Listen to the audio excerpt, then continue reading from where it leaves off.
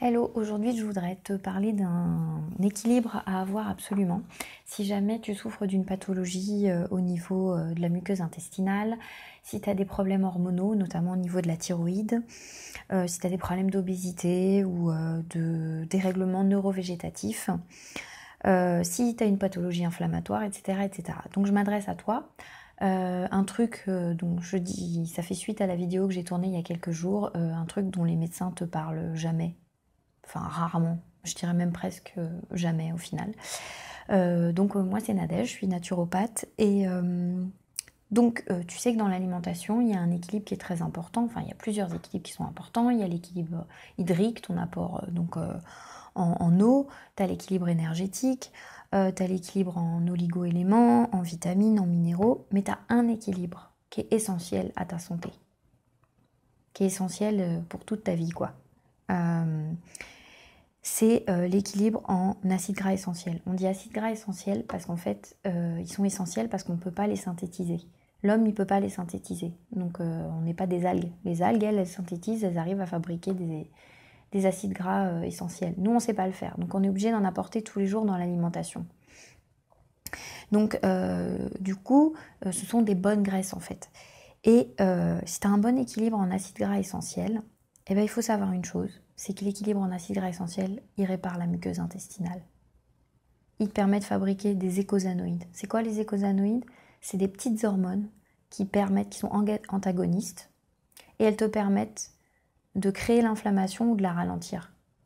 Et quand tu as une pathologie importante, telle une pathologie auto-immune, une pathologie chronique, je sais pas moi, tu peux avoir une fibromyalgie, tu peux avoir une pathologie avec des douleurs. Qu'est-ce qui va te sauver là-dedans? C'est ta capacité à ralentir l'inflammation, donc, ou à la produire, ça dépend des cas, mais c'est ça qui va te sauver. C'est ta capacité à fabriquer et à permettre le bon fonctionnement de ces hormones qui s'appellent les écosanoïdes. Et comment tu fais ça? En apportant dans l'alimentation des acides gras essentiels de la famille des oméga 6 et des oméga 3. Pas n'importe lesquels, parce que souvent on a trop d'oméga 6 par rapport aux oméga 3. Il faudrait, je dirais 3 à 5 parts d'oméga 6 max pour une part d'oméga 3. À l'heure actuelle, on est à 20 ou 30 parts d'oméga 6 pour une part d'oméga 3. Donc il y a vraiment intérêt à se poser des questions. On ne consomme pas assez d'oméga 3. Vous ne pouvez pas imaginer l'importance de la thérapie par les oméga 3. Vous ne pouvez pas imaginer. C'est incommensurable. Je vous en parlerai un peu plus là-dessus. Je pense que je vais faire d'ailleurs un podcast sur la santé de l'intestin. Bon, enfin bref, voilà, je voulais vous dire ça. Donc, apportez absolument des acides gras essentiels dans l'alimentation. Allez voir mes vidéos que j'ai tournées avec Bernadette Rago sur Olonage. Sinon, moi, je peux vous dire de consommer au moins de l'huile de noix, de consommer de l'huile de périlla. Vous prenez pas la tête avec les huiles végétales, allez pas chercher le sésame et tout ça, c'est des bons oméga 6 ça. Il y a tout un équilibre à trouver, mais privilégiez les oméga 3, tout ce qui est apport de poissons gras. Cet équilibre-là de 1 sur 3, il est pas facile à obtenir. Donc commencez déjà dans votre alimentation. Foutez le colza à la poubelle parce que le colza, il faut savoir que c'est quelque chose d'hybride, c'est une création humaine. Le colza ne contient pas suffisamment d'antioxydants pour conserver les oméga 3. Donc le colza même bon, enfin même soi-disant bon, même en bio, n'est pas bon, n'est pas propre à la consommation humaine. Donc arrêtons de parler du colza s'il vous plaît.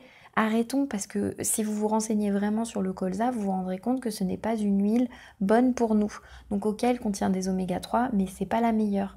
La meilleure, je dirais, elles sont toutes plus ou moins déséquilibrées. Mais une des meilleures pour moi, c'est l'huile de noix.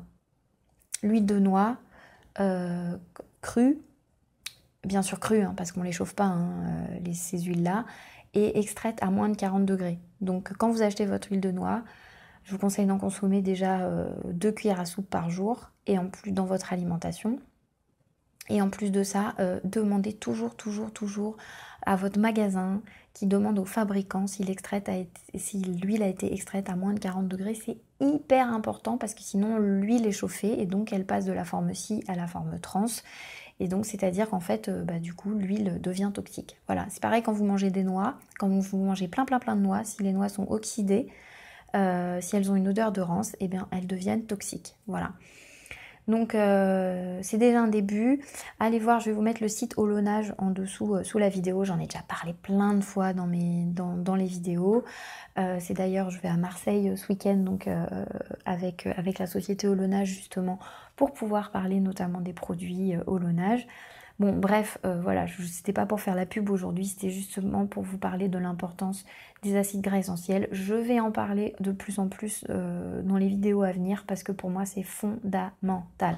Voilà, donc prenez soin de vos bons gras, prenez soin de vous. Je vous dis à très vite. Ciao.